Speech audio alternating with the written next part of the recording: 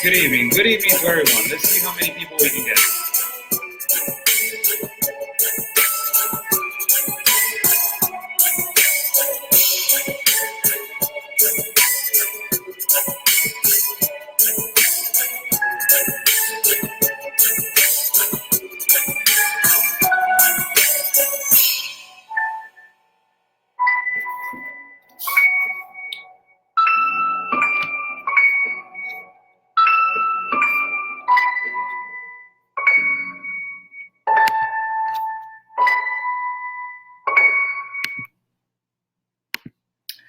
How's everybody doing? Good afternoon, good evening. Good evening to everyone in America. Good evening. How's everybody doing? I'm Oscar Blue for Border Network News. And I would like to say something before I start. I would like to say thank you. Thank you, first of all, to my partner, Conservative Anthony. Thank you so much, man. Thank you so much. God bless you all in every way, partner. In every way. I got your back 1,000,000%. Thank you so much. God bless everybody in America and in Mexico that supports Border Network News, the reality and the truth about the news. We are here to bring the reality and the truth about what's going on in Chiapas. How do we start a recap of what happened yesterday and today? People, we're not done. I believe that I catch a little bit of a fever. Right now, I'm catching a little bit of a fever. I don't know if I got sick from last night grabbing that guy from Africa's hand. But I think that I ate something that is not, is not, I'm not settling down a little bit with it. So, my partner over here in Chiapas, Carlos, he has something he has to get prepared because the president of Mexico is coming tomorrow. The president of Mexico is coming tomorrow. So he's getting ready. He's getting ready for tomorrow. And he has to get his crew ready, his equipment ready. And for you guys to know, God bless Carlos, really, and God bless the security guys that they were with us. God bless them, really. Thank you so much. We're not done yet for the day, I believe so. I'm waiting on him for, let me see the light right here. I don't want the light to be, okay, right here, right there. Is the light okay? Is the light okay, you guys? So God bless them. God bless them, really. They have treated me really nice. They have watched my back on every point that I'm going. The video that I was showing how they were trafficking basically gasoline, it was extremely dangerous because they have an agreement with the government. So it is kind of like trafficking gasoline, and it is hard to document that. But I was fortunate to have those guys behind me, and also say that Carlos is the number one top-notch journalist over here in Tapachula. He's been talk about a little bit about him before I start. He's been 22 years in the business of journalism, and he writes for 3 different newspapers. He works for 3 different news companies, and he also has ATN Noticias. That is his personal company. So pretty much every time that we were going to a checkpoint, he knows the people from the Marines. He knows the police department. He knows the State Department. He was honking on his car, and he's like, hey. And I'm like, man, this guy, everybody knows him. And he's so humble. And I get along a lot with humble people. I get along a lot with humble people because that is the way I am. I'm extremely humble. So I love the fact that we were having a great time. And he was, practically telling me, we're going to go to this place. I will let you do your thing. And it was an experience right now, as what I've seen until right now, it is amazing, mind-blowing. And we're going to start this by saying this facts, because I'm a guy that is mostly about facts and numbers. Just for you guys to know, and for the new viewers that we are watching, I had a lot of trolls when I was calling the activists out, cowards, calling these cowards out. All these activists, they're over here in Tijuana. They want to act all tough. Man, you get out of here with my city. Get out of here, man. You're a bunch of lies. You're lying to the American public. You're lying to the Mexican people. And this country is not suffering. That country, Guatemala, is not suffering. No, they're not. Stop the lying. Stop the BS. You want a socialist country. You want to do whatever the hell you want. That's what you want to do. That's what you want. And that is not happening. And in Mexico, socialism is not going to Mexico, and socialism is not going to America. Get the hell out of here. You're not going to win. You're not going to win. Get the hell out of here. And you're going to suffer in 2020 when Trump wins again. You're going to be crying, oh my God, he won. You're going to be crying again. But that's not happening. And you know what is the great evidence that I got today for you activists and socialists? First of all, I'm Oscar Blue for Border Network News. Good afternoon. But this is the great evidence that I had, that I grabbed. Great evidence. This is a Mexican bill, 200 pesos. This is a Mexican bill. It's 200 pesos. This bill, because Mexico is supposed to be a greater country than Guatemala because of the infrastructure, because of their economy, and because they're the ones that they're maintaining this caravan, and they're the responsible ones for giving them everything they need for them to guide themselves to America. And it is so embarrassing to see that they are suffering. Before I go to this, facts and numbers just for all the activists and liberals. Mexico has 4 cities on the top 5 for violence and delinquency in the world. 5 on the top 10 and 15 on the top 50. Guatemala is on number 24. Tijuana, the place that I'm at, right here, the place that I live at, is on number 1.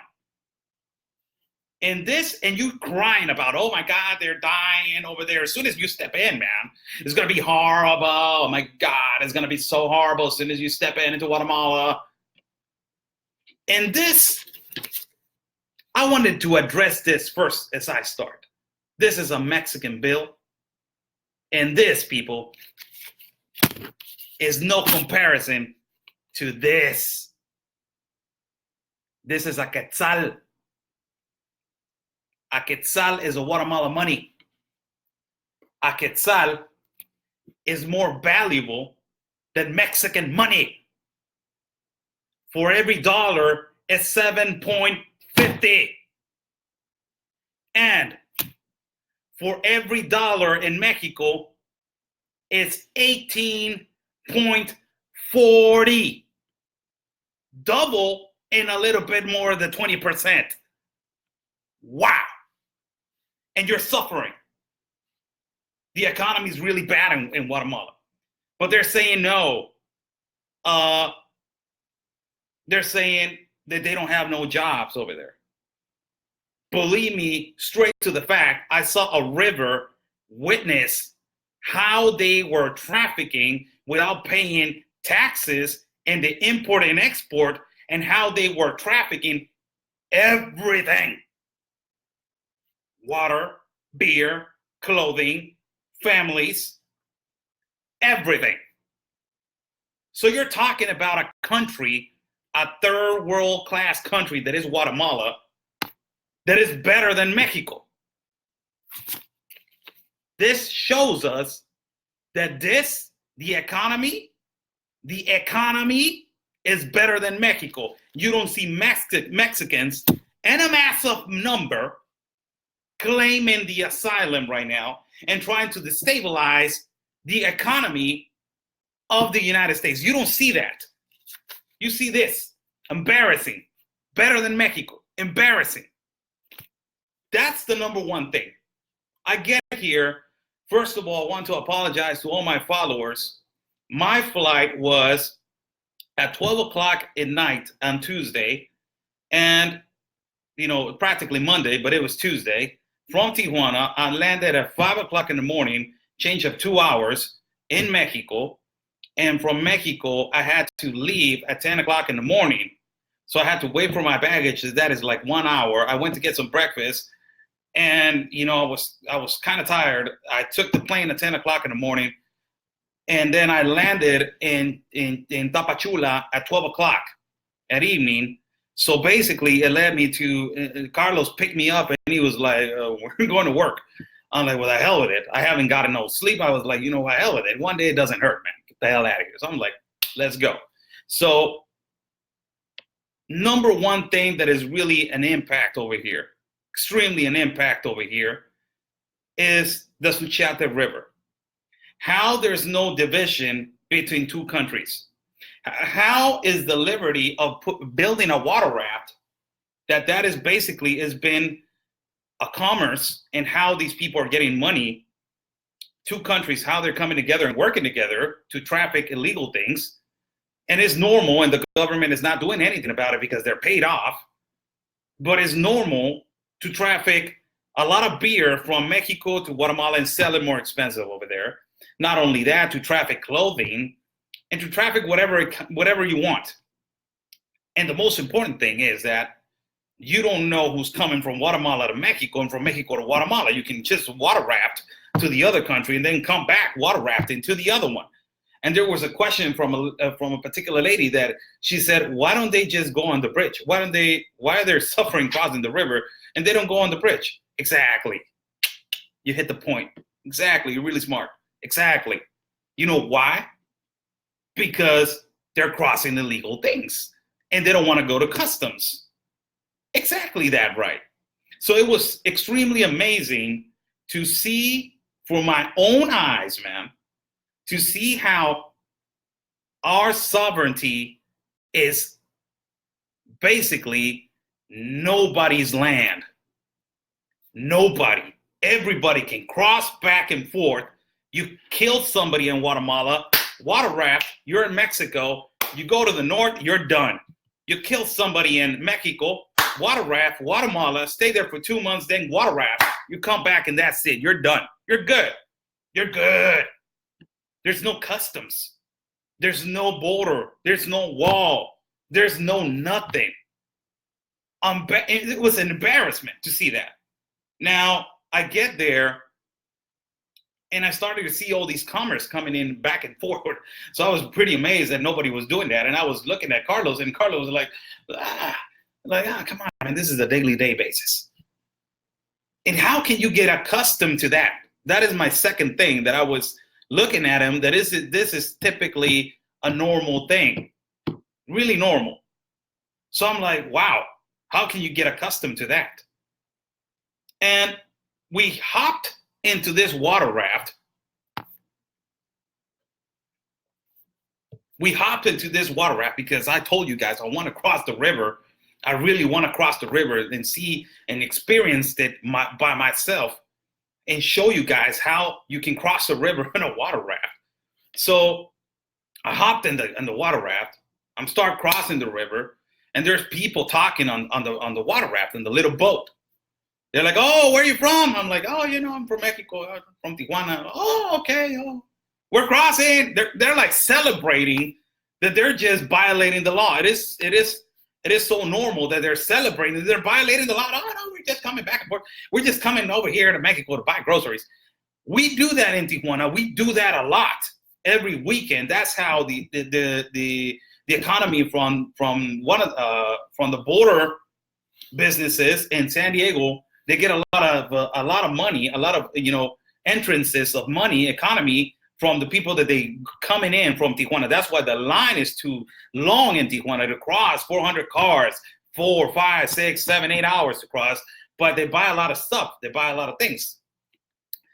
And I'm like, okay, wouldn't you? I'm listening to this lady that she's saying, well, we basically cross every day to buy groceries. I'm like, why are you doing it on a water raft? What are you supposed to be crossing on that bridge that is in front of the Suchiate Bridge? The Suchiate Bridge is in front.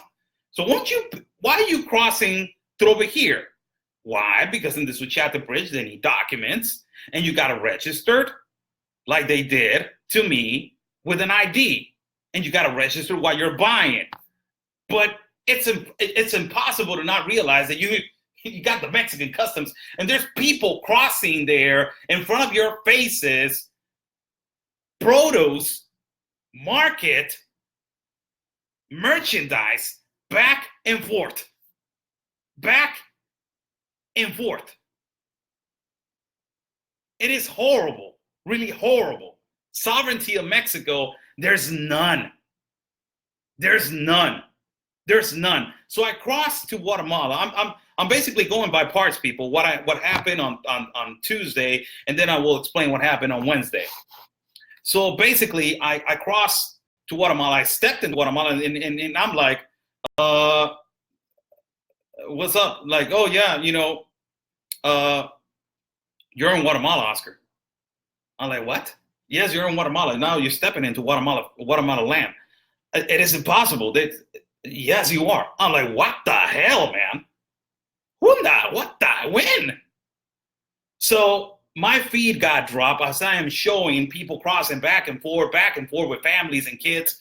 And there was a particular lady that had a child, less than a year, I believe so, that she was carrying it like indigenous do, but in a water raft. What happens if this child falls and they're like, oh, pick it up? Like, what the hell?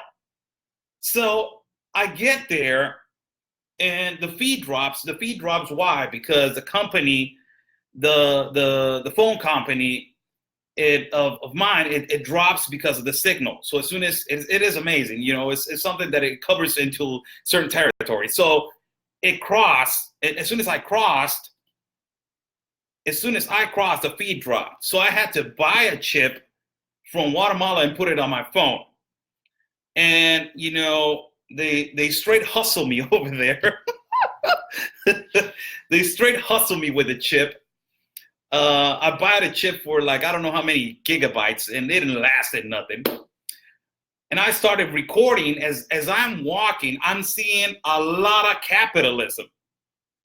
For these liberals and these socialists and these activists, I saw a little bit of the bad part and a little bit of the capitalism on the other Suchate 2, the other entrance, that is good. But I saw the Suchate 1 entrance by the river. It's a lot of capitalism. A lot. I'm saying a lot. They live out of what gets imported to Mexico from the United States of used clothing, merchandise, equipment from work equipment, hammers and all that stuff. They sell it. All of it. They sell it. So I get there and I'm walking. As I am walking, I don't see people dying of hunger. I don't see people dying with no clothes. I see kids really happy, playing around and all that stuff. I see legit businesses working. I see transportation over here in Guatemala is more as motorcycles, and also this transportation of like, and they do in the Philippines, that is a bike when you sit down in the front and it's like a little basket and they push you. That is another business. So, I see good cars. The streets are not that bad. I don't see people dying of hunger in the street, claiming for something, water, because this is how they're these liberals. This is how they're coming to my city. This is how they're coming to my city in Tijuana.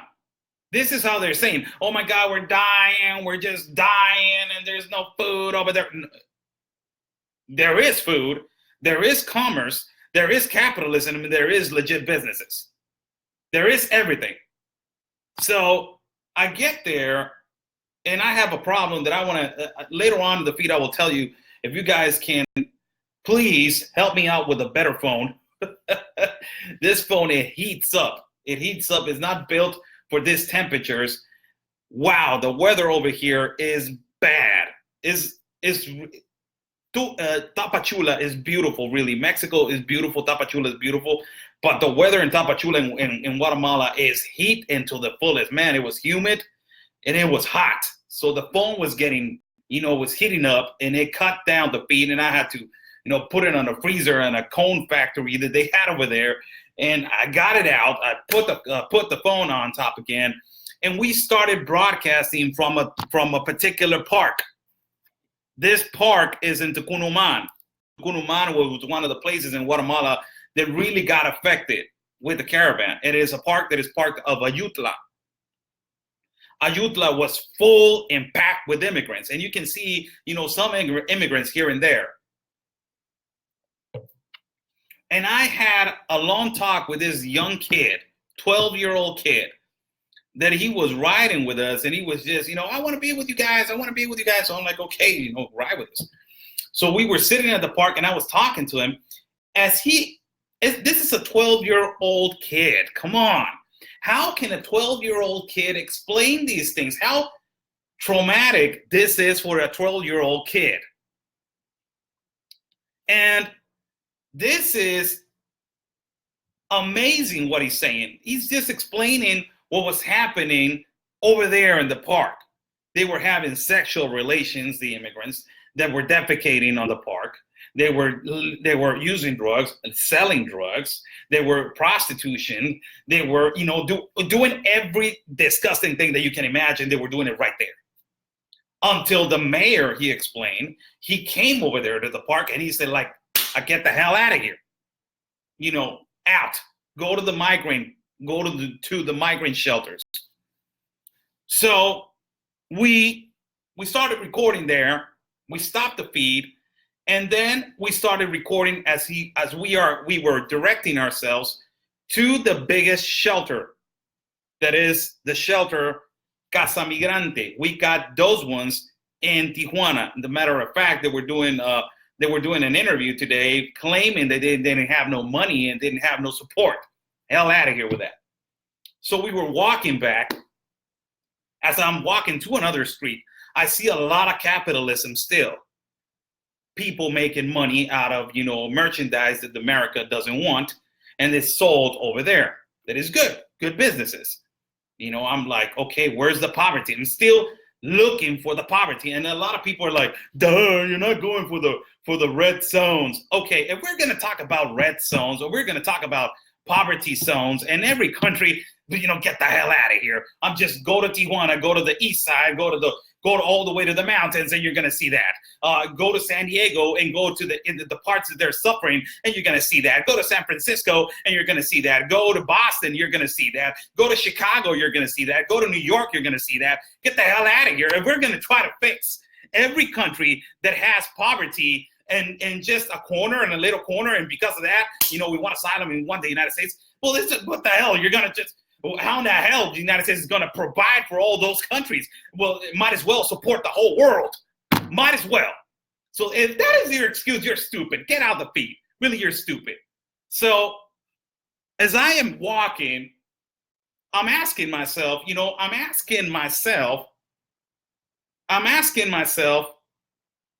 if where's the poverty? So we're going to this shelter that is Casa Migrante. As we are getting there, my feed dropped again. I'm like, damn, man. So I get there and I recorded an interview with the person in charge of Casa Migrante. The person in charge of Casa Migrante. So he came out and he's like, well, Carlos was talking to him and he's like, you know what? He is the guy from Tijuana, he's coming all the way over here. He wants to interview you, and he was, just for you guys to know, because a lot of people were like, why don't you go inside the shelters like you're doing it over here in Tijuana? It's not the same, people. It's not the same. And ultimately, I have to respect the lines of work of the best journalist in Tapachula, that is Carlos. So I have to respect the lines of work. And basically saying, well, if they let you in, go ahead, man. You knock yourself out. But it's not like over here. It's not like over here. And, it is so amazing that, you must excuse me, I'm really thirsty. I get there, I talk to this guy, and I'm like, okay, can I ask you just a couple questions? Just a couple questions. And he goes like, okay, you know what? Okay, go ahead. So I present myself, I'm Oscar Blue, Border Network News. I want to ask you, why How many migrants you got right now? And he says, I got 80 right now, but last week we had 500 to 800 of them. I'm like, what the? How in the hell it went down? And it went down because this is why it went down. This is why. Listen, it went down because of the 5% tariff that Donald Trump put on Mexico. And then Mexico said, we need to put checkpoints on every part of the city of Chiapas all the way to Oaxaca. We need to put checkpoints now. So because of those checkpoints that I recorded today, I did coverage on a part of Tapachula, how the National Guard, captured 10 migrants and they were searched in a bus. And we will talk about that later. Because of those checkpoints, a lot of them are like, we don't want to be here anymore. It's difficult to cross. So, hell with it. We don't want to be here anymore. So they stopped suffering, huh? I'm like, wow. So all of a sudden they stopped suffering. All of a sudden they're like, you know what? There's checkpoints, and that means that it's going to be a little bit hard. So I'm not suffering anymore. I'm just going to go back to my house. So they stopped suffering. It is amazing. So I asked this question to him. I tell him, why are you not educating the immigrants about the United Nations Pact? Why you don't tell them that they can migrate to Canada, or they can migrate to Spain, or they can migrate to another country? Why you want to damage the borders, and also why you want to damage the United States? And he got mad right at the bat. I can see his attitude, and he says, you know what? We over here, we educate the migrants how to migrate. I'm like, no, you don't. You're not telling them the truth and the reality about how to migrate. And he's like, no, we educate them and that's it. And I said, can I ask you another question? He says, yes. 11,507 children were found trafficked in the month of May. What is Casa Migrante doing about it? And immediately he got upset. He got really upset. We helped the migrants over here. We're not involved in that. How can you not be involved in the biggest shelter there is in Guatemala, that is the door for Honduras, that is the door for El Salvador, that is the door for every country in South America, that is the door for Africa, Asia, and the Middle East? How can you not know of how many children they are trafficked, and why are you getting on the defensive? No, not this one. Get the hell out of here, Peso. Get the hell out of here. This one, the Quetzal, more valuable. Money. So we get out of there. As we are walking back, he, Carlos tells me, hey, you know what? You want to go on the bridge, or you want to go back on the water raft? I said, you know what? On the water raft again. So we're getting back on the water raft. Again, for the people that were asking questions, oh my God, Oscar is breaking the law, he's crossing illegally to another country. No, I'm not. I had my ID and I have my Mexican passport on me. So, for you guys to leave it alone. So, but they don't ask you on the water raft. So what am I going to say to the water raft guy? Like, hey, here's my ID. Get the hell out of here, man. I don't need your ID. Give me the money. I need to just bring you to the other side of the bridge. So, okay. So we get into the water raft, and I'm like, this is impossible. And still I'm shocked that how can I cross to Guatemala? What would have happened if I just killed somebody, or if I just did to Carlos, you know what, put a kilo of cocaine right here underneath my shirt. Another one right here. Another one right here. You got shrink wrap? Yeah. Put the jacket on. That's it. You're in Mexico, man. You're in Mexico. So what? Who has control of that? Who has control of that? It's amazing. It is amazing. So I get into the water raft, and I'm starting to analyze as soon as I'm seeing, because we wanted to talk about the cartel movement. That is amazing late at night. How many tons and tons, people, of cocaine and heroin are coming from the South American countries into that river, from that river, like that, water rafting. Put this amount, cross it, this amount, cross it. And a lot of people are like, oh my God, why is not the government of Mexico doing anything? Because the government of Mexico is bought, and it's because of a business. And it is because you're asking AMLO to stop this invasion. He's like, hell no, man. Hell no. Excuse me, you Donald Trump. Excuse you, man. I'm not stopping this. It's $1 billion business over here, man. Your economy is good. Leave me alone over here. Water rafting is for me. It's kind of So I'm turning to the other side, and I'm the water raft or the water boat or whatever it is. So I am like on top of it, and I'm looking. And I am really disgusted on the fact that I don't know who in the hell am I rolling with.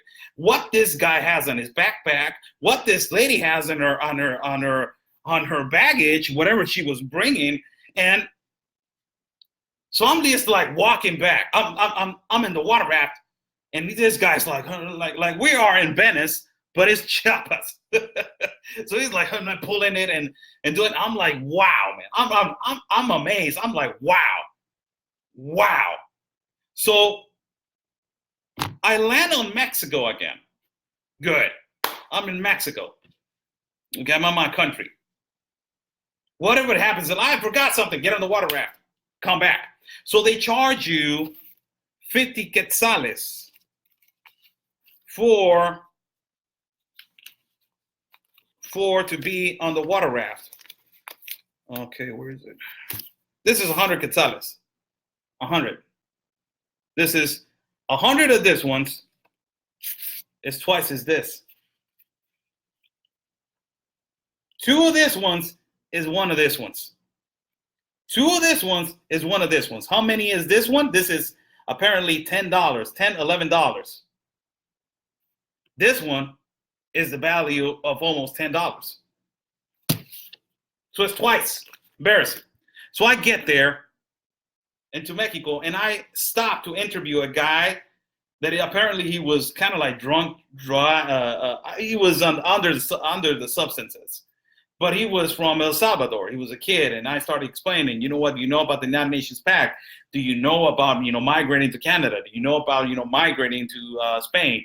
And apparently he's like, yes, I know, but I don't want to migrate to Canada. I just want to migrate to the United States.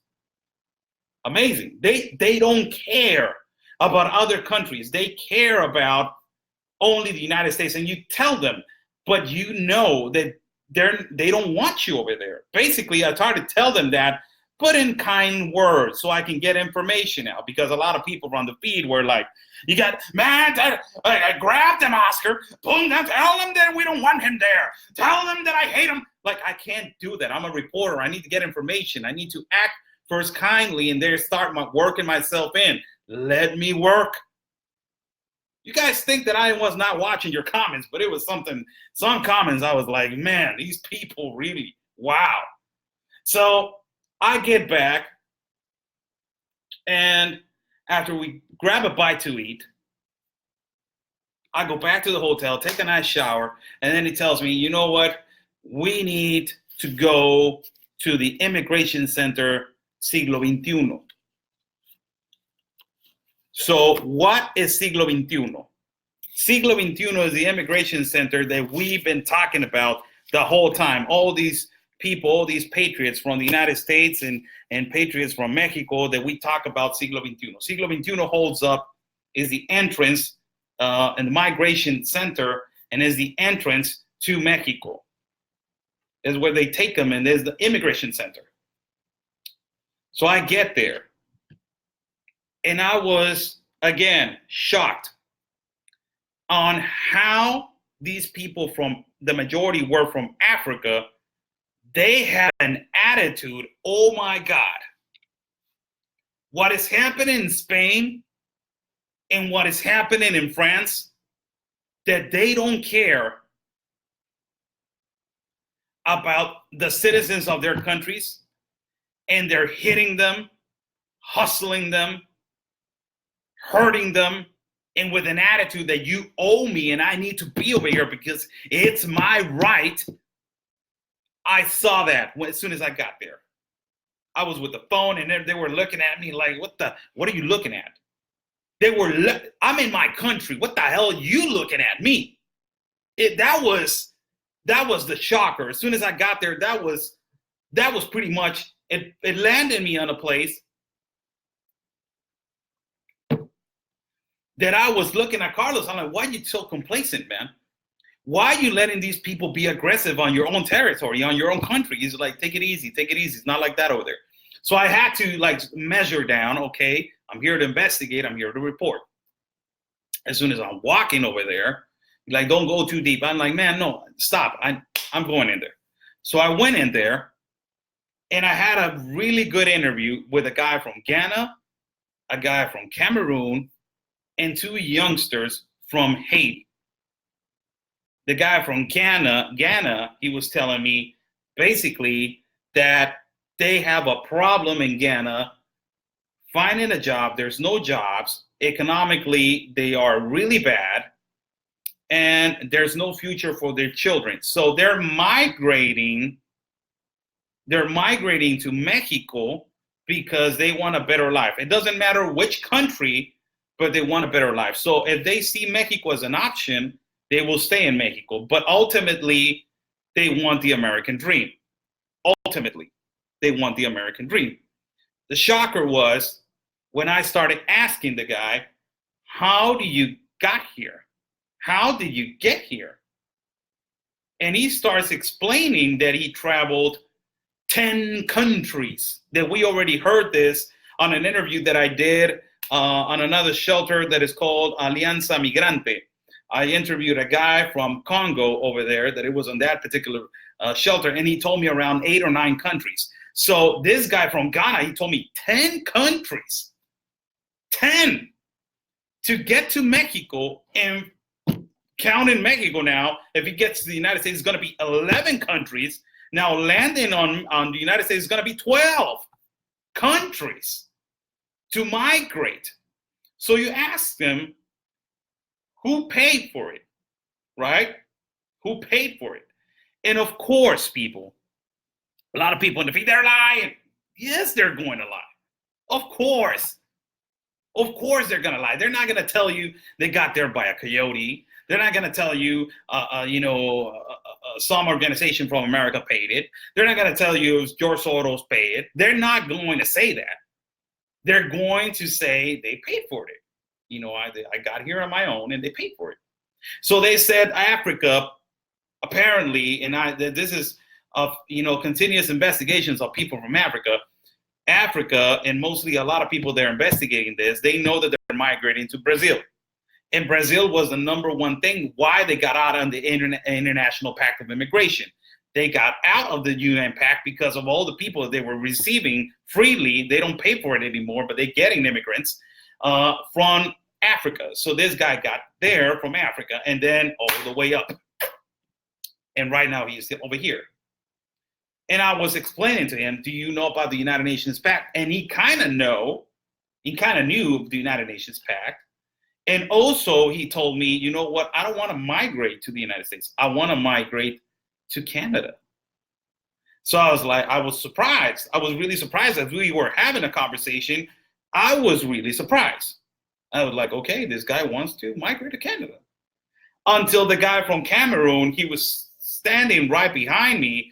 And I'm like, I don't want to be behind this guy. So I like, speak English? Yes. He came into the the conversation. And he started talking. He was like, I'm from Cameroon. We're migrating. I want to go to the United States. And that is the option.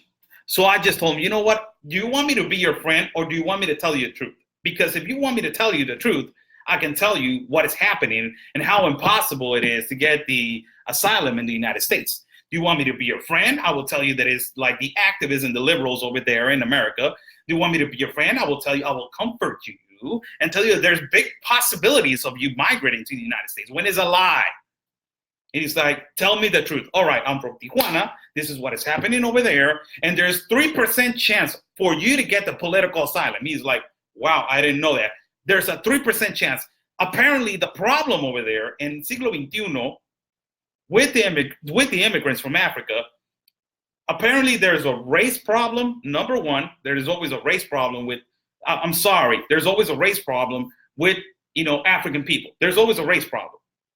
Apparently there's a race problem with Africans.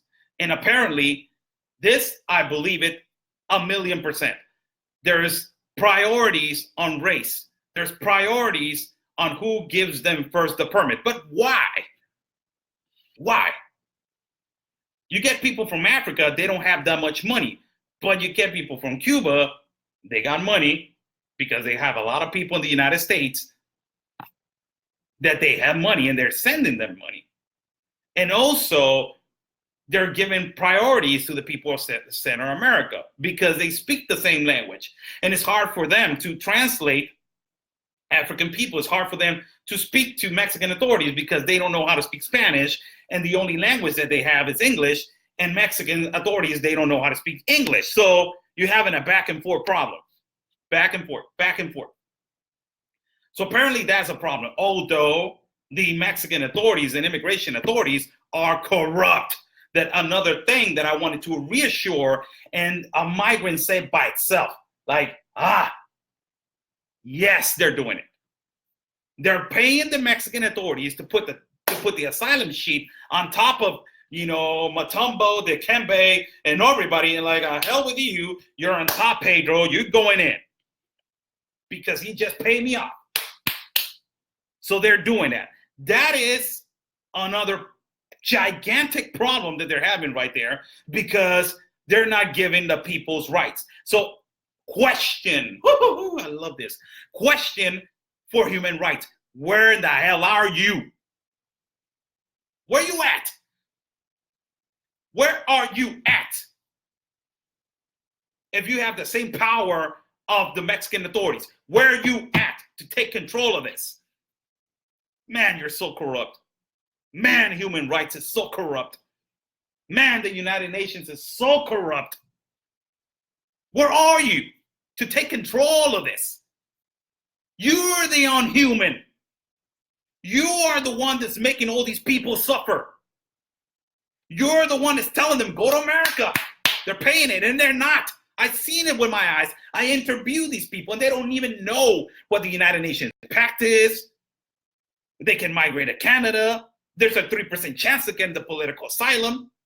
So where are you to defend these migrants that they are in an immigration center where they're not getting water and food for 3 days? And also, where are you to start taking decisions and measures on the Mexican authorities of being corrupt? Where are you? Human rights is a piece of you know what. They don't work. They're corrupt. They're corrupt exactly as the immigration authorities, and they're corrupt exactly as the federal police over here. Corrupt, all of them. There's no answer. They're corrupt.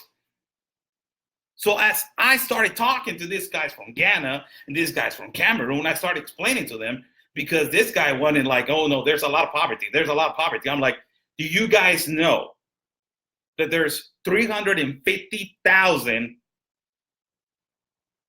homeless veterans of the United States and 500,000 homeless people in the United States? And whoa, it came out. It came out. He said the other guy from Ghana interrupted the guy from Cameroon, and he said, they're homeless because they're lazy. They're homeless because they're lazy. I'm just like, did I just get that? So you're calling the country and the citizens of the place that you want to go, you're calling them lazy. So he said, yes, they're lazy.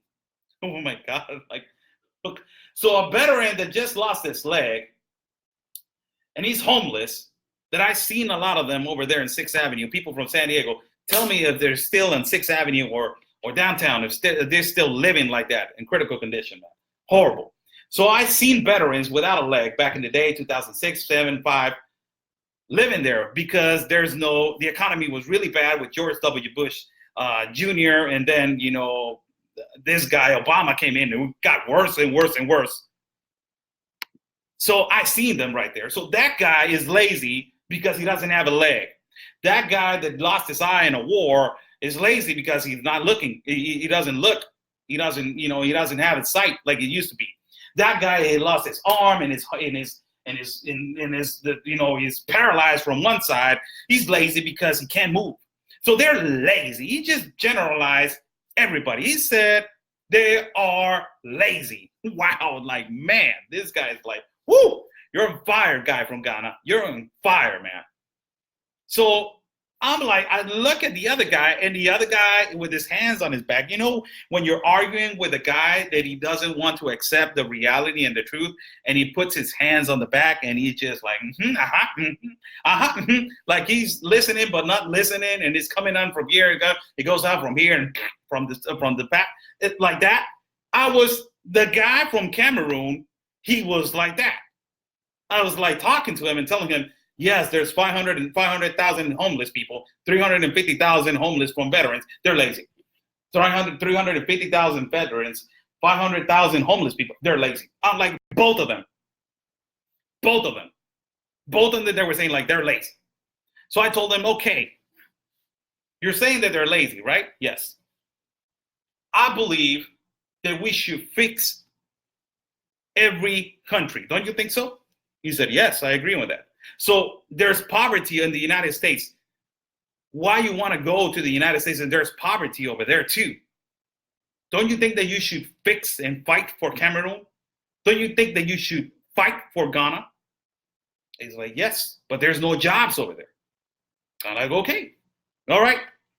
So I start to realize as I'm talking to them that it's not that I'm not going nowhere, is that they already have their mindset as to where they're going. So the guy from Ghana, I told him, so you're going to Canada? Yes. So after I told this guy from Cameroon all the things that, it's impossible to migrate, 3% chance, 11,507 children have been trafficked in May, total of 30,000 from January to May, and all these things that I've been repeating, that Tijuana is #1 city for violence and delinquency. There's no Africa in the top 10. There's no Africa in the top 20. There's no Africa in the top 25, people, of cities of violence and delinquency in Africa. There's none. There's none. You got 4 cities on the top 50 in the United States, and there's none on the top 20 of Africa. So I don't, this is why it's a lie. I've been telling you guys, and a lot of patriots have been telling you guys, Caribbean is a lie. It's a lie. I don't see top 20 and go to the top 20 cities, violence and delinquency in the world, and see if there's Africa, Congo, or something like that. You Google yourself. If that information is right there on your computer and your phone, Google it. There's none, man. Tijuana #1, and you don't see me over there claiming the asylum. But, after I started talking to these 2 guys, I'm like, you know what, I think I'm done. And there were 2 young guys right here from Haiti, really young. So I said, like, okay, thank you. You know what, thank you. Thank you. And God bless you on your journey. Although I know that they're not going to get the asylum, and they're going to, get a coyote and on the way. So I talked to these guys from Haiti, and these guys from Haiti, one of them knew how to speak English good. Practically a little bit like me. We stumble in a lot of words, but he knew how to speak English. And the other one, he knew how to speak Spanish and French. People from Haiti, they have this ability. They're really smart people. Let's be honest. They're really smart with languages. People from Haiti, they know how to speak Portuguese, French, English, and Spanish, and also other languages because they're always migrating. They're like, migrating people. They're migrate from every. I don't like it. I'm going to Portugal. I don't like it. I'm going to France. I don't like it. I'm going to Mexico. I don't like it. I'm going to the United States. So they are like that. They're always migrating. So I get to this two young guys, and I start to explain it again, the United Nations Pact, and they did not know anything about the United Nations Pact.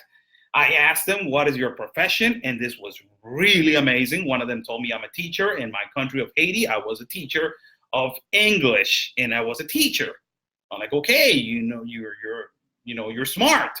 So I went to the other guy, and the other guy told him, like, what do you do for a living? Also, the teacher also told me that he was a musician.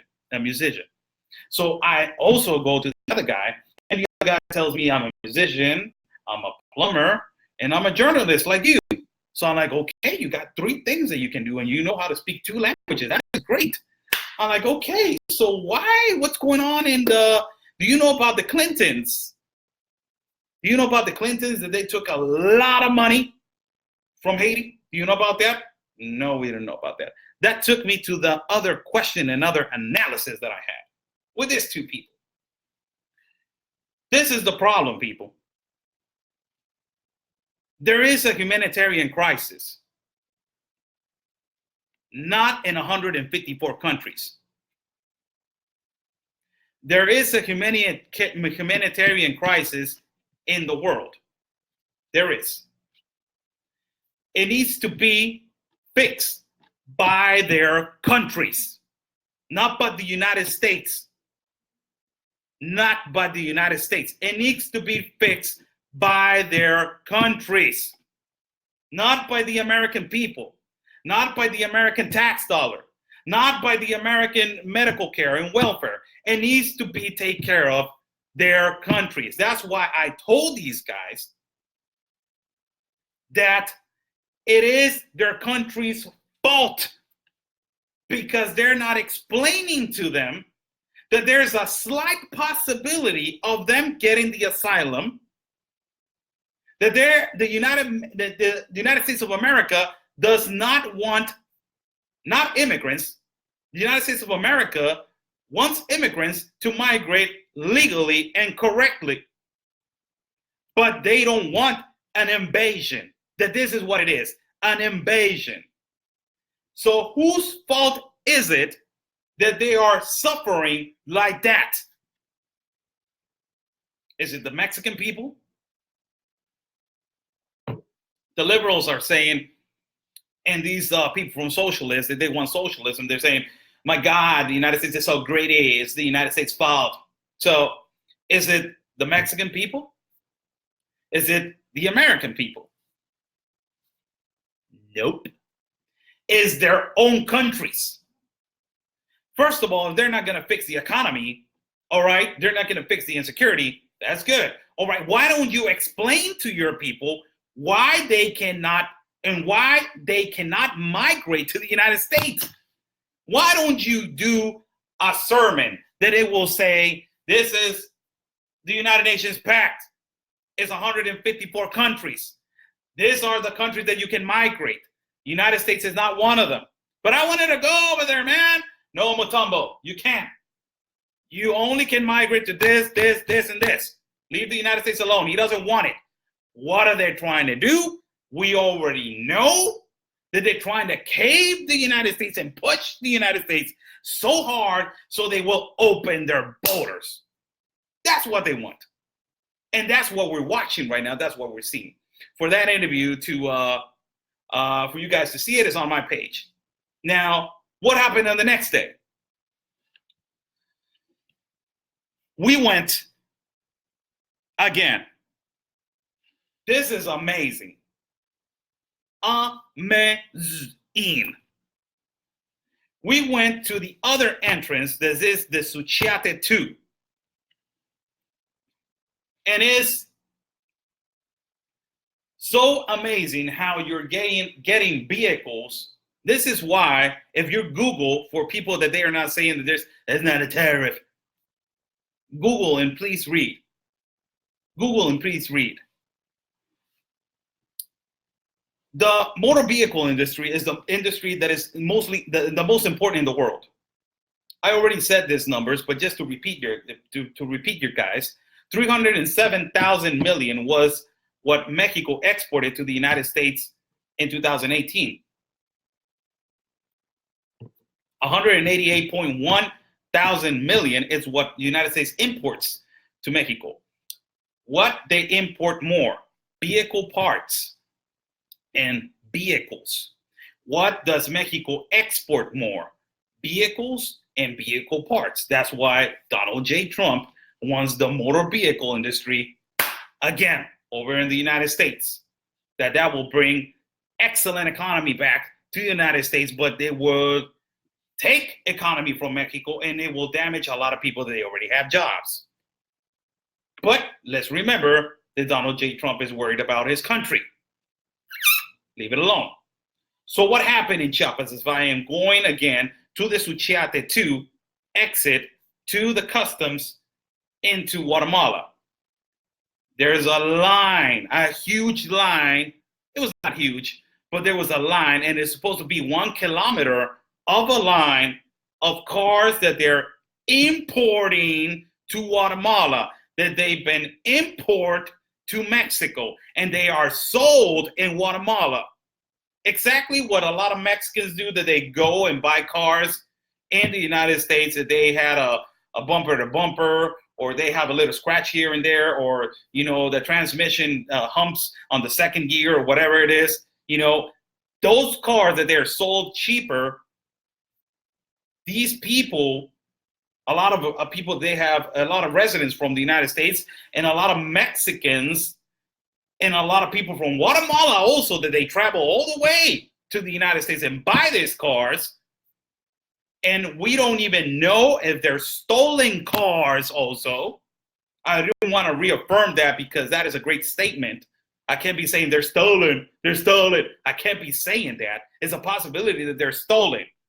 There's a gigantic possibility, because a lot of people from America, they do this. They go to Tijuana, and because they can't handle the payments anymore, they leave the car and they take it to the guy that is going to disappear the car. They, you know, I'm asking $2,000 just for it. Okay, go ahead. You take the $2,000, then this guy over here in TJ, you know, dismantles the car, and they sell parts, and then, you know, you claim the insurance. That's what it is. It is a business. You know, let's not hide that. It is a reality. A lot of Americans, that they cannot handle the car payments, they do that. Not blaming the American people, nothing like that. It's just a reality. Things happen. So I'm watching this line as a lot of cars from America, from plates from America, those plates are not real. They're just bought. Like, probably they made those plates in some way and they put them on the car. Stop being stupid with all that. It's a reality. These cars are brought from the United States to be sold over here, and we don't even know if they're stolen or something. So this is why President Trump wanted a tariff, the 5% increase on the automobile industry. It is extremely important what America brings to Mexico with automobiles and what America is bringing to Guatemala. Now, here comes the statement. It is great capitalism. So, if it is great capitalism in automobile industry, why they're having a hard time economically? Are they suffering? It is a business. They're bringing not only clothing, they're bringing cars, they're bringing car parts, they're selling. You're seeing all this capitalism all over the place. My thought, as I am assimilating all of this, where is the suffering? Because when they go to court in the United States in the immigration center,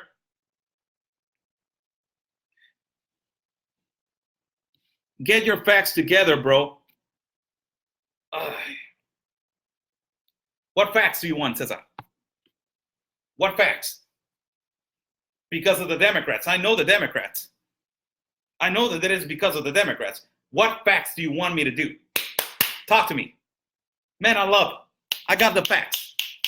Talk to me. Talk to me about facts and numbers. Question. Ask me right now. I'm over here, and I'm watching it. You're over there in America, sitting down, eating a papita. Ask me a question right now. Bring the facts and bring the numbers. Bring it. Bring the facts and bring the numbers. Democrats. I know that it's the Democrats. I know. But about the tariff in the automobile industry and about the people that they cannot handle the payments of the cars and they bring it over here to Mexico and then they dismantle the car and they take home the insurance. Come on. Bring it. It's facts. It is a reality. Bring it. What do you want? What do you want to know? What do you want to know?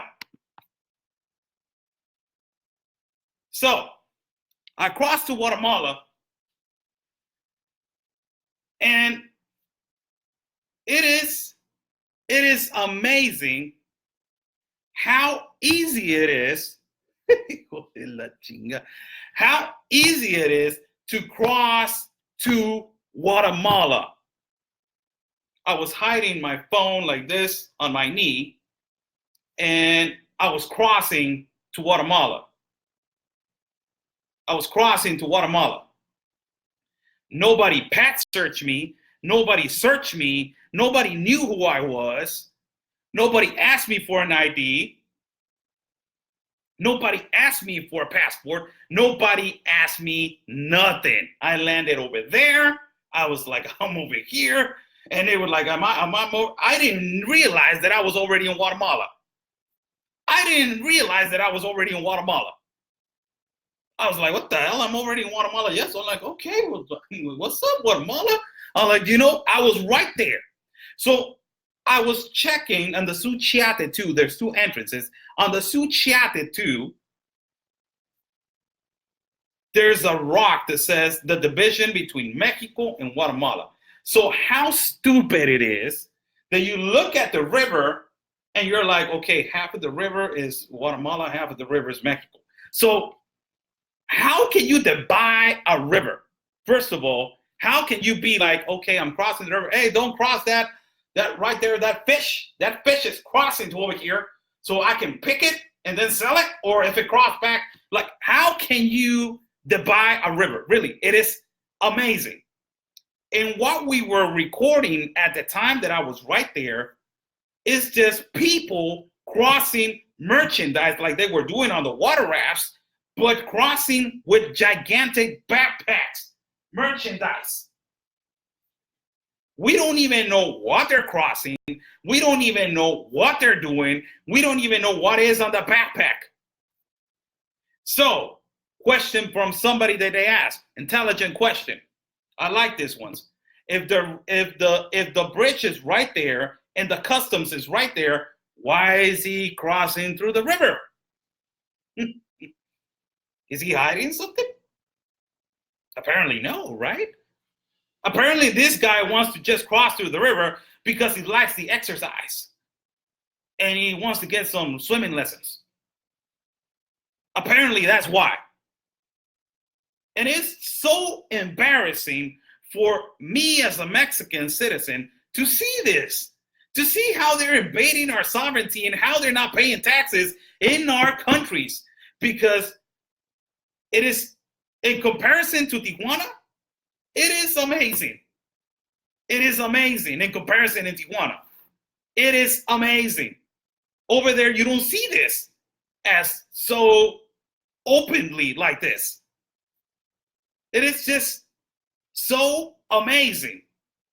And you see it happening, not only one guy, a family. How do you know that family is just not, is Mexican? How do you know that? You don't even know that. How do you don't know that they're running away from something that they just did? Or how do you don't know that they are just migrants, openly migrants, that they are from Guatemala crossing to Mexico, avoiding the customs? How do you don't know that?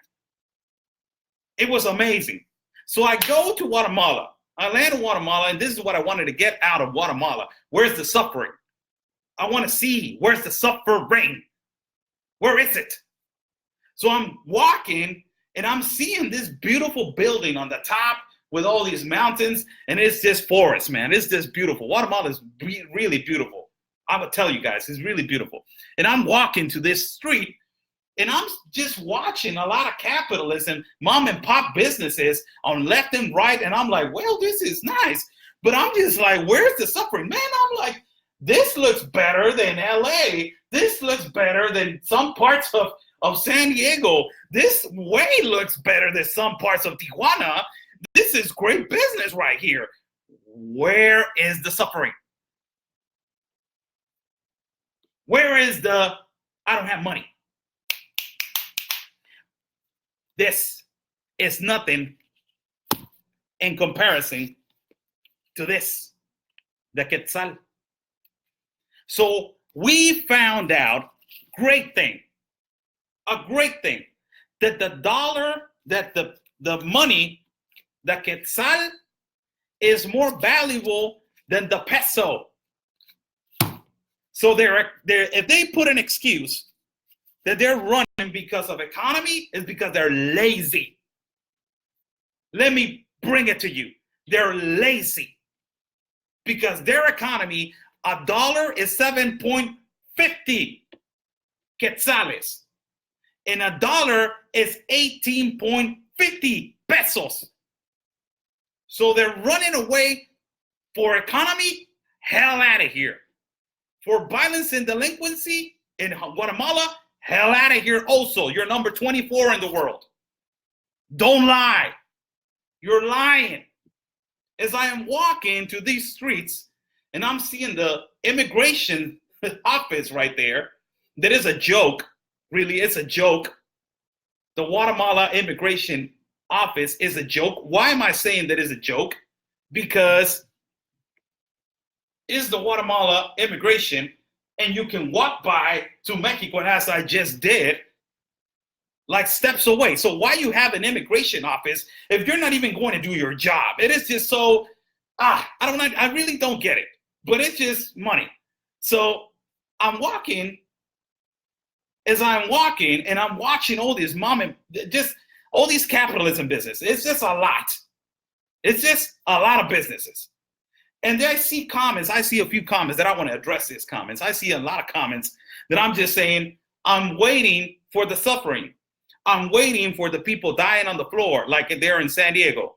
I'm waiting for the people that they're dying of hunger, like in the canal in Tijuana. I'm waiting for that because as soon as you walk in to Tijuana, you see a canal and you see people laying on the floor that they don't have money. You see people drugging themselves on the street like they're in San Francisco. And you see all these types of things. So I just asking the activists, where is the hunger?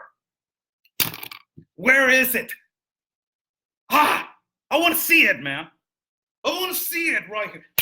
Show it to me. I'm right here. I want to see a guy dying right here. I want to see a young kid. I'm so hungry. I want to see that like it's in Mexico. I want to see that. And you know what happened? I did not see it because this is more valuable than this. It's a lie. They're lying. It's a lie.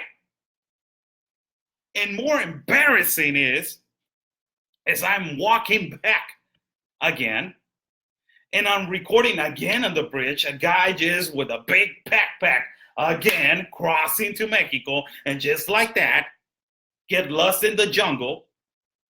And I put my phone in the middle of my legs, and I'm recording in the basket where they take us on this bike. As I'm walking, as I'm driven by customs, nobody searched me. Nobody. Mexican customs in Guatemala are a joke.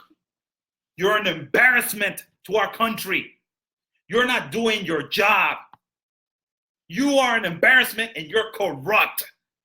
Mexican customs in Guatemala, the ones that they buy, Guatemala and Mexico, you're a joke.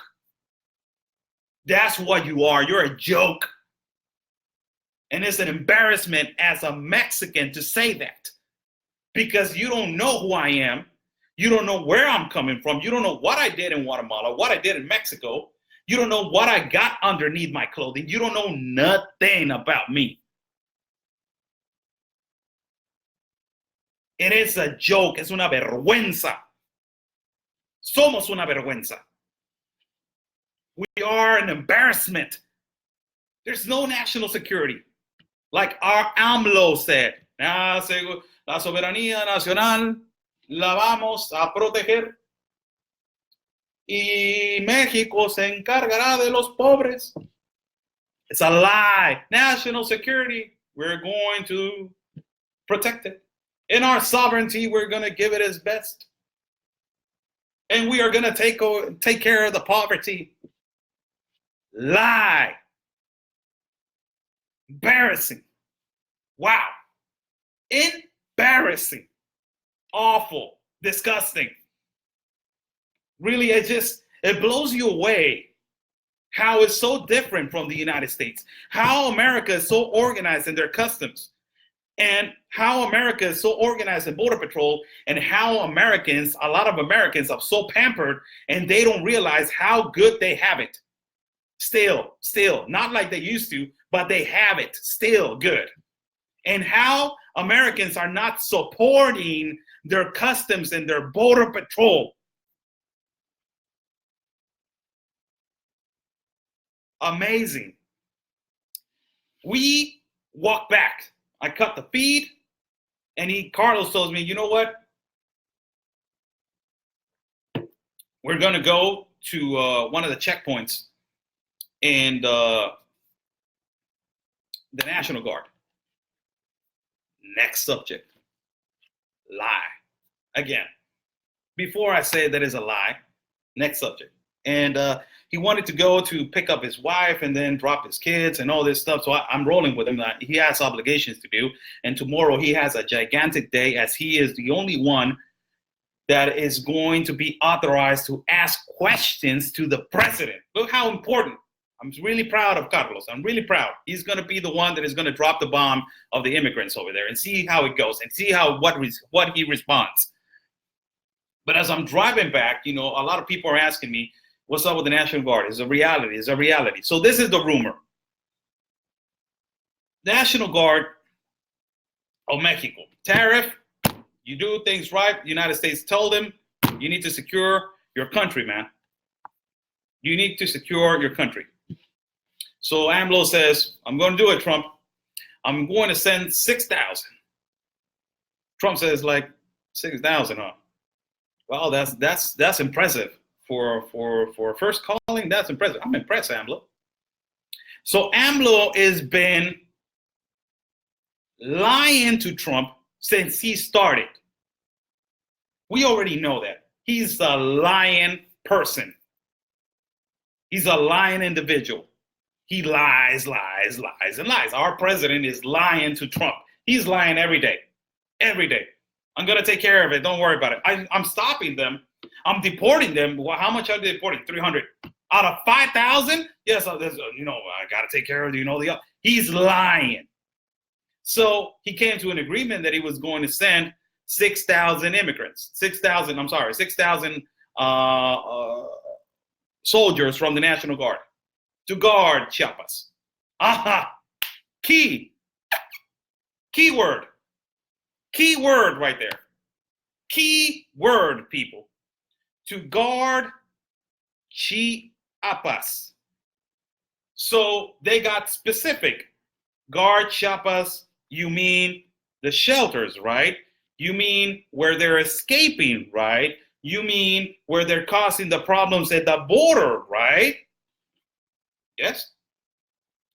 And the footage that I showed you for 2 days straight, and I've been crossing Guatemala back and forth. Did you guys saw National Guard right there? At the border, at the river. No. Not even one. Not even one. So he's lying, not only about the amount, that we're going to discuss that in a moment, but he's lying about the protection of his country, the citizens of Chiapas, and that he is going to control the migration. That's the most important thing. He said 6,000, but he did not tell Trump where he was going to put the 6,000. Trump thought he's going to put the 6,000 in Chiapas. No, lying to you, Mr. President. He's lying again to you. He said 426, between 426 and 450, something like that, the estimated number. But the number that we know, 426, and there were some others that they were, wandering around over here. So there was 426 and 450. We saw 2 checkpoints over here with the National Guard. If you believe so, that you're sending the National Guard to guard your nation, you're supposed to be guarding the river where they're water rafting, not only clothing, people, drugs, and not only that, gasoline. Amazing footage. We crossed customs and the Suchiate one, that it was the first bridge that I showed you, the famous bridge that they hold 6,000 immigrants, and another number that it was amazing that bridge has been holding more than 80,000 immigrants have crossed through that bridge. 80,000. So I crossed to Guatemala. I'm over there. As I am crossing Guatemala, something amazing happens. Something amazing happens. I am witnessing a crossing of gasoline, gallons of gasoline in 2 water rafts from Guatemala to Mexico, illegally trafficking gasoline without paying not even 1 cent of a tax. Crazy.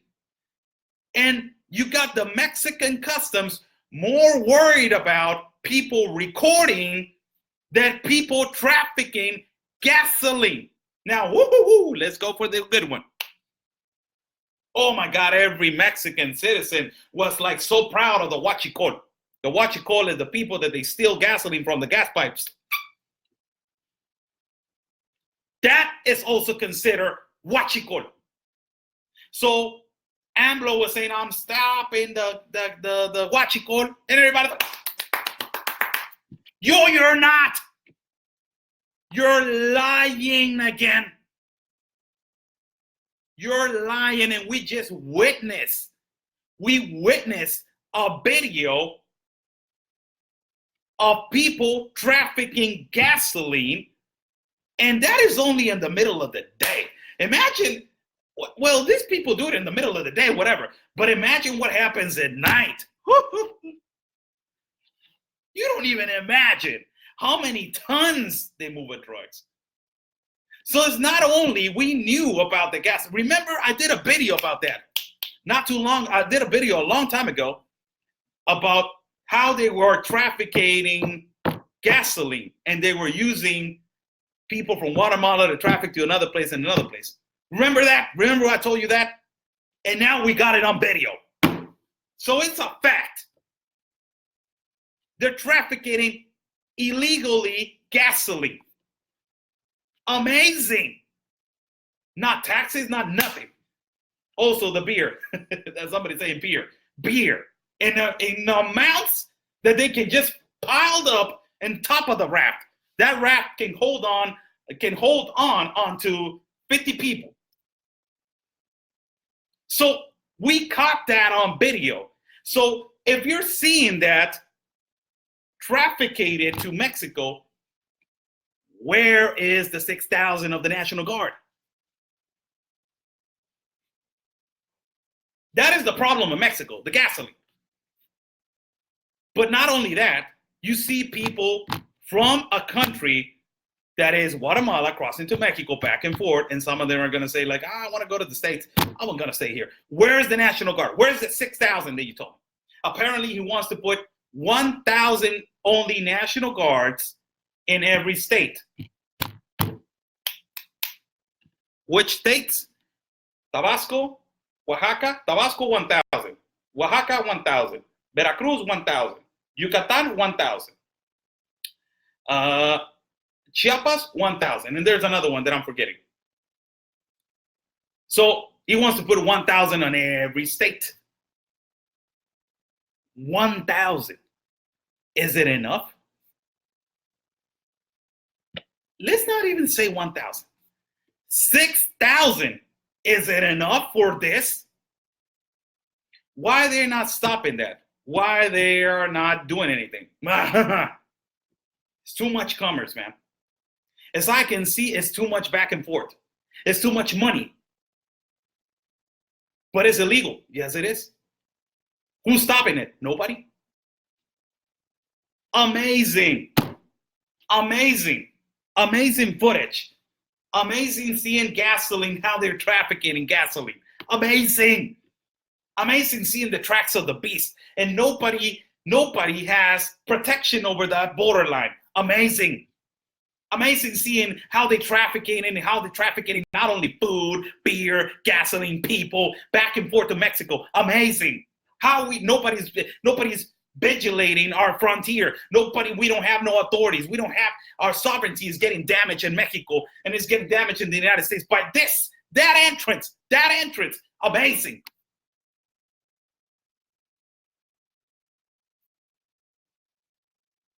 Incredible. And these liberals and these Democrats, they want this. What you just saw, people, the American audience and people from Tijuana, what you guys just saw is what the Democrats and the liberals and the socialists want. That is what they want in your country. That is what they want in your country. They don't want rules, laws. They want this, what I just recorded. Amazing. It is okay. I try to be as much professional as I could. What's going on with this chair? I try to be as much professional as I could with Carlos, that is, a veteran in this journalist stuff. And, I try to be as much polite and respectful because I'm in another people's city, and I need to be respectful for that. And I want to thank him openly. Really, brother, thank you so much. We are planning again to come again. Now, there's two subjects that I'm leaving behind, and this is why. Islamic, this particular radical religion from the Middle East. I'm not going to say the name because I can get into problems. They can drop the feed. This particular religion that there comes from the Middle East, yes, there's more than 1,000 of them in an immigrant center that is called Mesoamerica. They're not letting us in. They're really rude. They will not let us in. It is amazing how they don't let reporters and nobody in. So we know that there's that number, but they don't tell us identities and all that. We know that there's exactly the amount of the identities, but we know the countries and the cities that they're coming from. There's more than 1,000. They're indoctrinating this particular religion. They're indoctrinating people in the mountains, but it's 5 hours away from here to get to that place, and then it's 2 hours on mountain. So these people are going on top where nobody sees them. So it's 7 hours to get there. It's a really long way. So, and the other one is a particular question and comment that it needs to be addressed. What's going on with the indigenous women?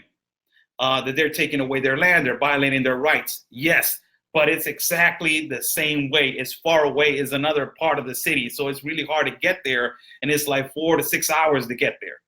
So it's really far away.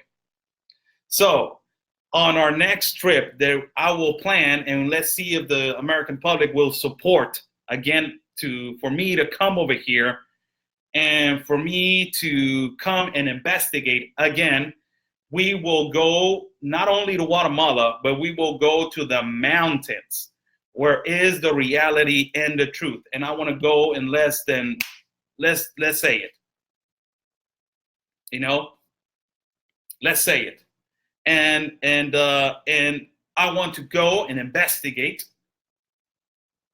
and go to the mountains and again find out the reality and the truth. And really, people, I don't want to do this alone. I want Anthony to come. I want all these patriots from America to come over here, because it's an embarrassment that I don't see not even one journalist from America over here. Not even one journalist from America over here. I don't see one people. I don't even see one. You got all these journalists from MSNBC, CNN, Fox, that they pay them millions. They pay him hundreds of thousands of dollars to sit down on a desk, wear a tie, and say beautiful stuff. Beautiful stuff, but they get paid for that. But I don't see nobody over here doing this work. Why, journalists from America? Why you're not doing it? Why you're not doing it for your country? Why? Amazing. Amazing. Amazing, really. It's amazing. Amazing that this is happening over here. And we want to do that. Also, not only that, there's plans to go to Venezuela. So I want to go over there also. And and I want to go to Venezuela. And there's a big plan to go over there. We have a connection over there. We have a person that it will actually take care of us, and it will actually, give us how to go and where to go. And you cannot do live feeds over there in the mountains. Signal is bad. So there's no signal for a live feed. You can only record. So just for you guys to know, if you go to the mountains, you cannot do a live feed. There's no internet over there, signal. So I wanted to address some questions from the public. So there's, oh my God, there's a lot of questions. Okay. Oh, damn. There's 1, 2, 3, 4, 5, 6, 7, 8, and 9, 10. Wow, there's a lot of questions. I will handle every single one of them because it's your questions, people, and we are here because of you. So this is a person that says, I'm a retired veteran from Tyler, Texas. At the end of your report, I was trying to ask you something, but didn't have time and mistyped anyway. My question is, can you present all what you have, a document to respective authorities in Mexico and USA in order to find out what will they do after know about the situation at the border? And thank you for the great job. You deserve the report of the year. Thank you so much. I don't know who you are. God bless you. This is work that we've been doing, not only me, my partner, and conservative Anthony from Border Network News, and also more people. Thank you so much. It's sometimes over here in our country, it's so hard. Even if you put the evidence that this is a bottle, look at it, it is a bottle. And if he says that it's a battery, he's going to say that he's a battery. It's not a bottle. So it really, in Mexico, they don't care about that. They care about this. They care about the money. So it doesn't matter how much evidence I take. They're not going to do anything about it if money is involved. So in America, it's kind of like that, but it's more mainstream. So this kind of things we can let them go viral so people can see what is going on. Another question right here. It says Mexico just passed the USMCA agreement. Huge win for Mexico and U.S. Where were the immigrants from that were detained in the ban? Okay, they were from Central America. What we were getting, also, okay, I forgot about this. We were at a checkpoint, and this is really important. We were at a checkpoint right now where there were eight people from the National Guard, 8 only in that checkpoint. Okay, it's okay to have 8 people in a checkpoint. I get that. But where are all the 6,000 at? Were you supposed to put them on the river and stop them over there, or the shelters? They had 8 people over there, and I witnessed when 10 immigrants were captured trying to ride to the north, and they were put in an immigration ban. All of them, they were from Central America, Honduras, and Salvador, and Guatemala. Okay, there's another question. It says, okay, let me, hold on. Hold on, I'm sorry, people. How are the people from Chiapas feeling about the safety of their loved ones in their community? They're horrible. They're afraid. They're afraid. They want to protest, but they don't do it because they're afraid. They're afraid because they can get hurt. They're afraid because the immigrants, they have more rights and they have more attitude of doing something, whatever they want to do in their city. And you know, it's going to be a detail. It's going to be something that is going to happen. So they're afraid of everything. So they feel afraid, but they feel anger also, and they feel betrayed. That's the number one. Why they feel betrayed? Because they helped the first caravan that it came in slowly, but after the second one, they thought, oh, it's easy. And they came in rushing, bombarding, hurting, stealing, shoplifting, violating, raping. So it led them to hate and also betray. So it's kind of like two.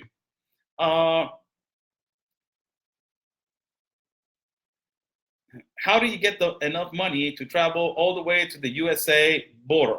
All the way to the USA border? I didn't travel to the USA border. You mean from Tijuana to over here? I did a GoFund page. We were planning this since a bunch of time.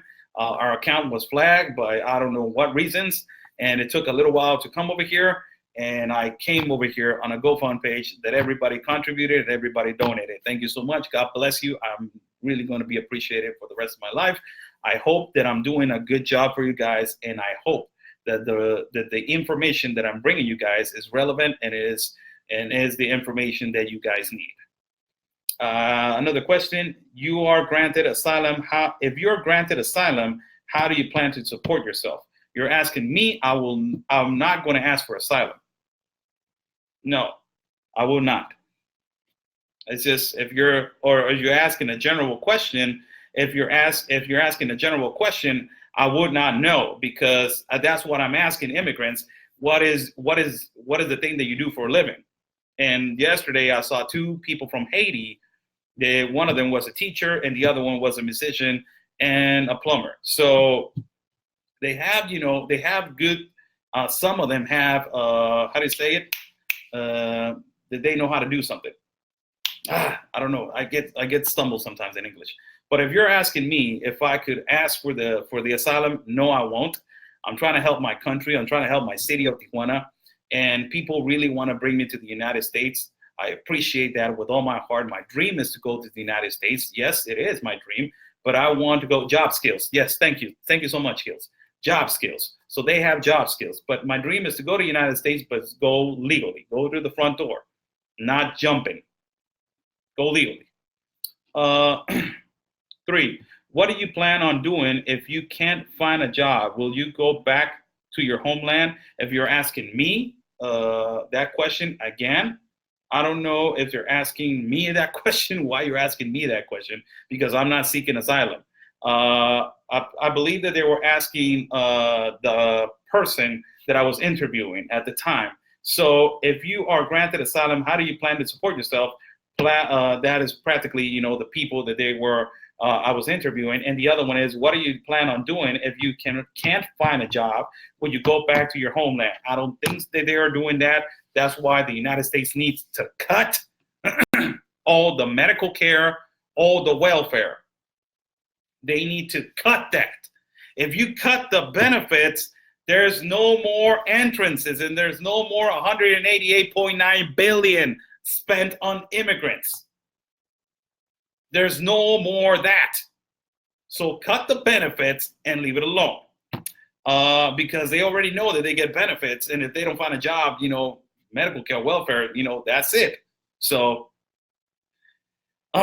do you think it's right and fair that American citizens have to bear the burden for your welfare, health, and well-being, housing, food, clothing, medical, and place to live? That is a question that practically you were asking when I was doing the live feed. And really, I asked that. I asked the guy that. And, his response was this: Americans are lazy. So, yes, it is. It is really an insult. It is really an insult. It is really an insult. These questions are for migrants, not you. Okay, thank you. I was like, what the hell? I'm not asking for asylum. So this is the other one. Let's see the other one. Right here. Do you know about the UN migration pact in Mexico? Yes, I asked that. Do they know that the U.S. has thousands of citizens living homeless in the streets with no benefit, food, toilets, and beds, and etc.?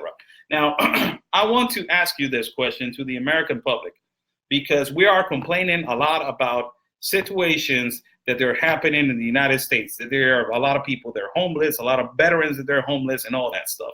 I told them that. I told them, and you saw that in that interview, that I told them there's 350,000 veterans that are homeless and 500,000 normal citizens that are homeless also. But people, before, and we already know this fact that there's a lot of homeless people, but what Americans are doing about it? That is the next question. What is the American people doing about it? Come on, let's help the homeless people. Help the homeless. Because it's not only sitting on your phone and saying to somebody, I don't want you in my country. I don't want you to seek asylum. We have so much poverty in our country. But you're, on the other hand, you're not doing anything about it. So get up your butt and do something about it. Also, defend your country. So defend the people that is your veterans. Help those people. Help that person to get a shower so he can get a job. Americans, come on, start doing something. Start uniting as great country that you are. You're the number one. For me, I love America as the number one in the world. So this is just an excuse to tell somebody they're not a migrant.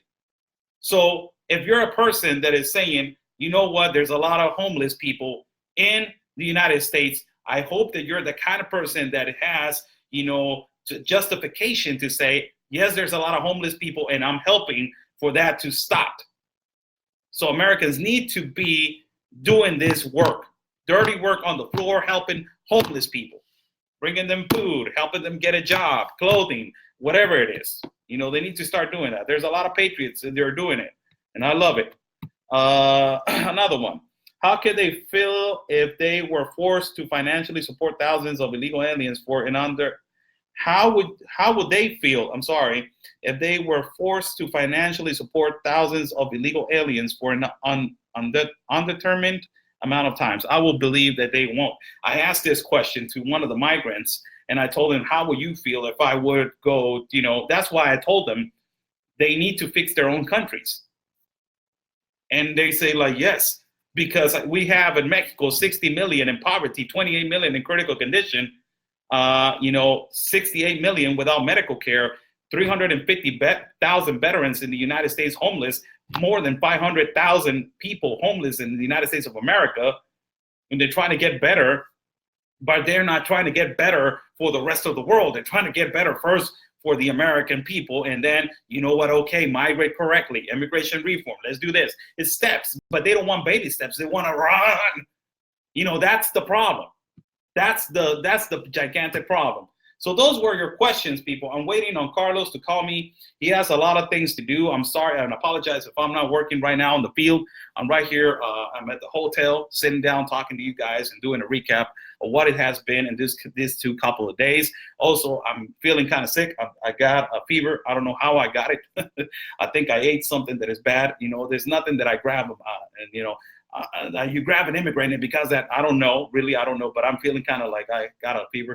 Also, I want to say to everybody, my phone, and I want to address that because I need to address it. Really, people, I need to address it.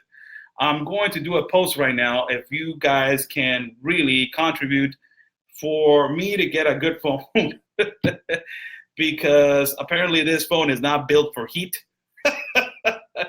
And I really want to come back again. So we are going to plan the next trip on the next couple of days. We are going to plan the next trip over here, but we are going to do mountain trips, you know, to go to places that nobody has gone before.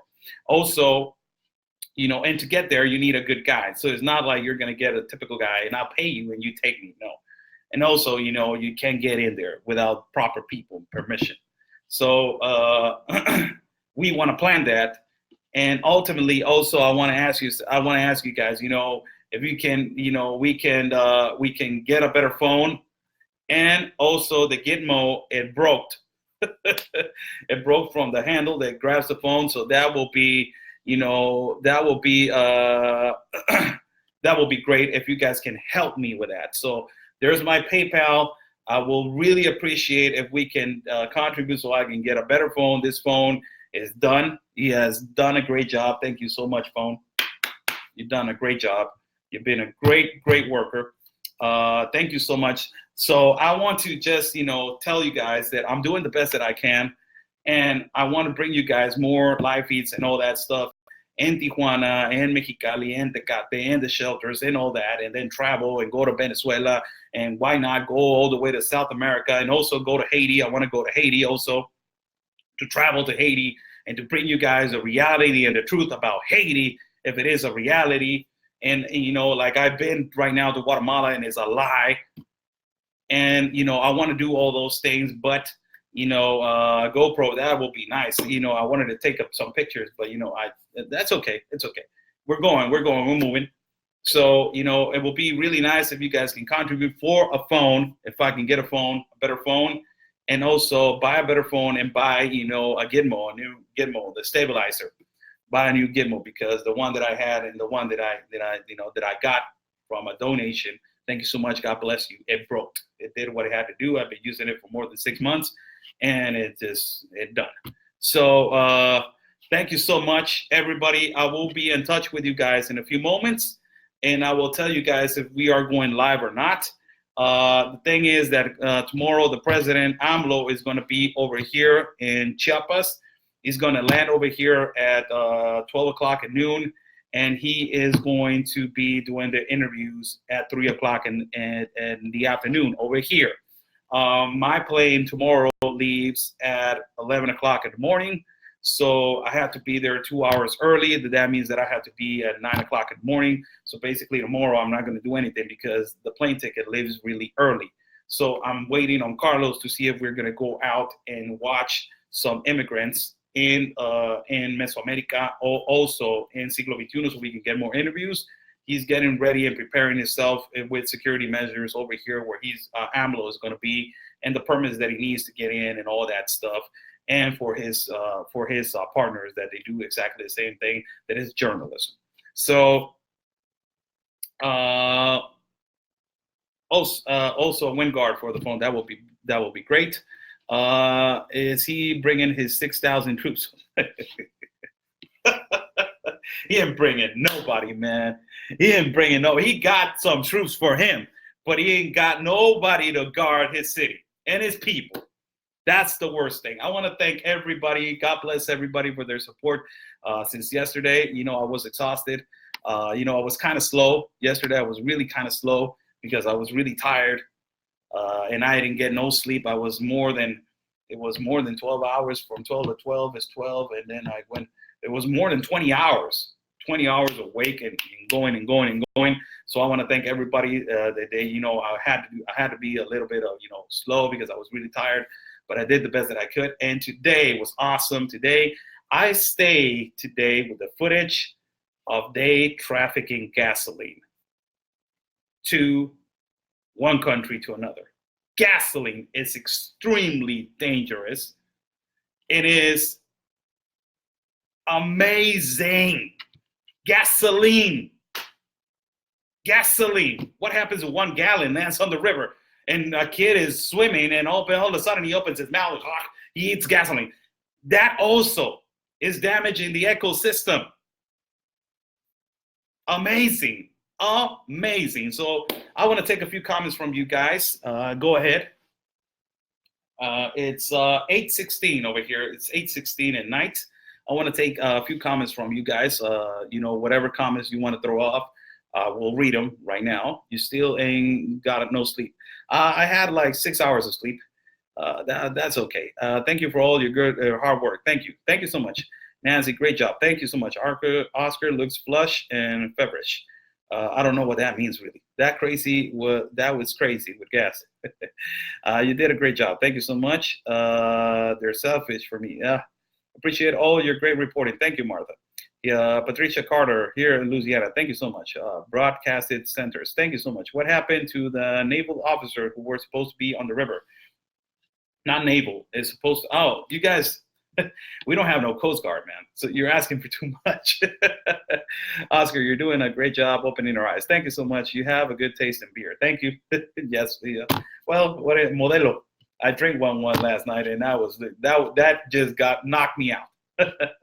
Great job, Kimberly. Thank you so much. Jane Bituz Boer, you're the best. Thank you. Brenda Tunhill, Oscar, you're doing amazing. Thank you so much. Thank you. Angie Marie, you're the best. Thank you. Cuando español, ahorita que termine con este live feed, hago un en español y luego para ti.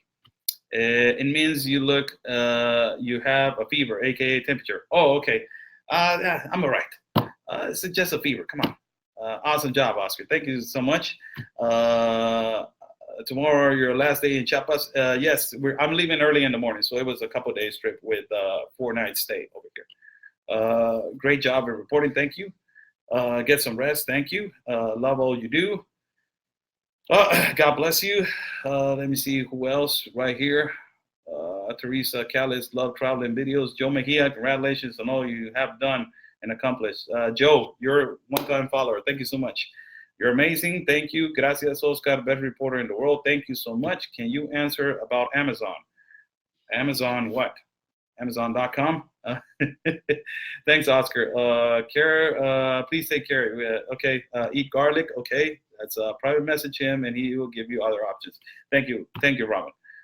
Billy Moorhead. My brother went to Guatemala several years ago, and he spoke of the poor children eating out of the plies of garbage. I will ask him where it was. That happens also in my country. That happens a lot in my country, and that happens a lot in the United States. So I understand where you're going, Miss Billy, and I understand that, and I know that you are all for your country. But if this goes for the people that they just listen to this, I don't want you to misunderstand Miss Billy Moorhead. She's a pro-Trump supporter, I think so. But those are the kind of things that the Democrats and socialists put as an excuse. Poverty is in every country. There shouldn't be poverty. We should be able to fix our countries first. That's why our slogan is always your country first. So, to stop that, let's fix our economy. Let's fight for our country instead of, going to another country and invade and take advantage of the other country to make it like your country. Thank you so much, Ms. Billy. Send you a big hug. Where can we see your videos? Go to my page and also follow me on YouTube on my channel, Oscar Blue. Thank you so much. Please thank Carlos for us. Yes, of course I will do. Bobby Millions, love, hugs, and prayers always. Thank you so much, Ms. Bobby. Can you make a list on Amazon? Oh, okay. Yes, I will do that. If that is better for you guys, I will do that. Gracias, Oscar. Excelente trabajo. Muchas gracias, Cindy. Te mando un abrazo y muchísimas gracias. Okay. Do you get Amazon in Tijuana? Yes, of course we get Amazon. You possibly have a little heat exhaustion going on. You know what? That is probably it. You probably right. You just hit on the button, Melanie Suarez. You must be a doctor or some nurse. It was hot over here, man. It's humid. It's like Georgia and Florida, but it's twice as hard as that. Twice as hard. And I believe that probably is. Thank you so much. I know what I need to hydrate right now. I'm going to get some suero. I don't know how to say it. Electrolitos is I don't know how to say it in English, but it's a liquid that it hydrates you. Uh, who else? You are the truth that news. Thank you so much, Miss Keat. Love you, Oscar. Keep cold. Our thanks to Carlos. Yes, we love you, Oscar. Count on Westlake. Sherry Froch, Blue. Hey, Blue. It's nice to see you. You're okay. I'm Miss Brock, Miss Sherry. Thank you so much. Gatorade. No, it's not Gatorade. When can I donate to you at? I don't use PayPal. You can send me a private message, and one of my moderators can tell you where. Thank you so much, Christine. What was the temperature today? I don't know. I think it was 28 degrees over here. 28 degrees. You're the best. Get some rest. 38, something like that. 38. Electrolytes. Yes, electrolytes. Okay, everybody, I will contact you guys in an hour, I believe so. I'm still waiting for this guy to call me and see if we're going to go somewhere. And I will contact you guys immediately. It was a really nice live feed to explain to you guys what has been happening in a couple of days. God bless you guys. God bless Mexico. God bless Tijuana. God bless the United States of America. God bless America. Stay safe, and also take care of yourself. And always remember, before I forget, support my partner, Conservative Anthony, as he is running for Congress at El Paso. Great, great, great individual, and also a great patriot for the city of El Paso. Stay safe, peace, and love, everybody. And always your country first.